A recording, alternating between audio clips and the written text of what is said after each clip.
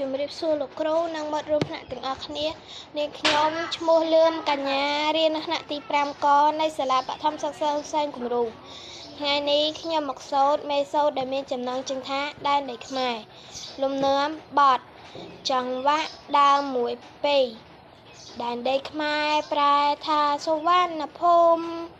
ខ្មែរគ្រប់ភូមិរមណីយសន្តានជាដរាបតមកតាំងពីបុរាណខ្មែរគ្រប់ប្រាណស្វាគមន៍សាមគ្គីថ្ងៃមួយមានសត្រូវប្រទូសរាយខ្មែរគ្រប់កាយសង់ចិនបដូរជីវីសឹកសង្គ្រាមឈាមស្រក់លើប្រតិពីអោព្រះភូមិរដ្ឋិវង្សគង្គីកម្ពុជាឯករាជ្យបានឃ្លាតពីទង់ខ្មែរបានសង់ទាំងអង្គគ្រប់អាត្មា